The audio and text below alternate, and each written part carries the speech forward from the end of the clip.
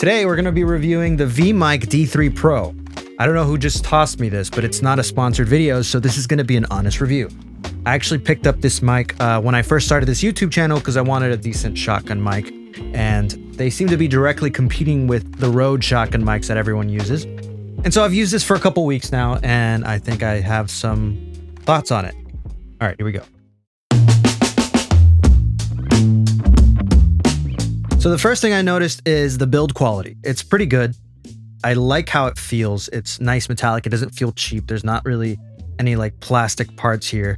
It feels like a good microphone. And that's something that is the first thing I look at when I get a new microphone. It's kind of got like a unique little finish here on the casing, which is kind of cool. It makes it stand out a little bit.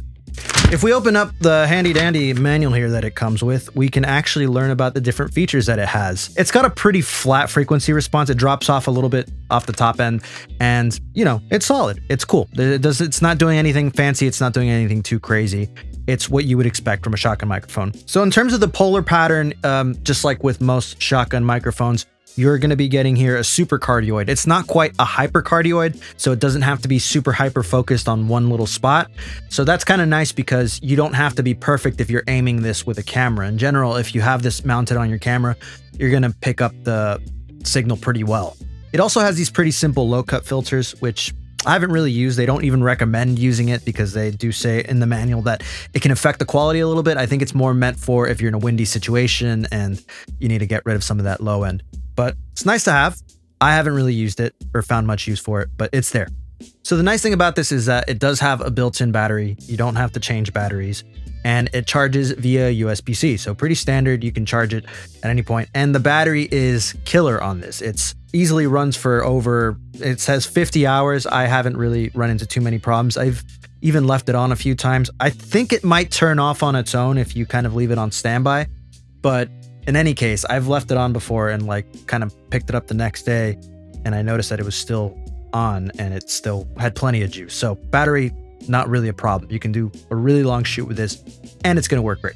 So let's talk about the other features here. We've got the windscreen that comes with it. Pretty standard, works solid, does its job. And you've got this shoe mount. It's pretty solid. It's not my favorite. This one's a little janky compared to what you're getting in terms of the actual mic quality, but it is, you know, it is a floating, I don't know if that's what you call it, but it is a floating shock mount. So, you know, any sort of little bumps, you're not going to pick up too much of that. So that's a good thing always. The cable that it comes with, it's nice. It's long enough to fit most cameras. Solid. No complaints there. The only thing I don't like about this mount is this sort of screw that it comes with. It's two different screws. One to allow you to move it back and forth, and another that kind of, you know, tightens it to the actual camera mount. It's happened to me multiple times where it just gets loose on its own. Like you can't really, it's kind of awkward to tighten. Not my favorite. It does its job, but that's a negative point for this one. And so now the real reason you came to the review, which is sound quality. Is it good or is it just not worth the price? That is largely subjective, but my short answer is sure. Yeah, it's not great. It's not bad. Is it worth $140? I want to say, yeah, again, sure. Like it did its job as my first sort of shotgun mic for video. I like it. It's solid. I don't have a lot of things to compare to. So I thought it would be a good idea to do a blind test here where we'll use the camera audio, the Deity, and the iPhone microphone to compare and contrast and see where we land. And I'll let you decide which one you like best, and then you can make a decision from there. This is microphone number one. I'm just going to talk and say a few words. I will point out that the three mics that you're going to hear right now, including this one, are all at the same distance in height, so you'll get a pretty realistic idea of what that sounds like. All right, this is mic one.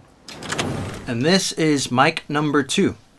So I'll just keep talking again, say a few more words, and point out also that I leveled out all of these, so any discrepancies in audio levels you can ignore, so that they're all going to be the same level. We're not considering that. This is purely about quality. Again, same height, same distance. I'll let you know what that sounds like. And now you're listening to mic number three. So what do you think so far? Which one of these three have you personally liked the most? And which one do you think is the Deity? I'll give you the results right now. So number one was the iPhone microphone. Number 2 was the Deity, and number 3 was the camera microphone. So which one did you like the best? Like I said, it's really up to you, whatever sounds best for you. Personally, in this example, I like the Deity the best. Like, I have noticed that when I do a video with this microphone and then mix it with the Deity and in between shots, I start realizing the things that I don't like about the Deity. It doesn't play well when you start mixing it too much. As is, standalone, when you're mixing, it sounds pretty good. I really like how it just, you know, it's very clear. It does focus on voices more than anything.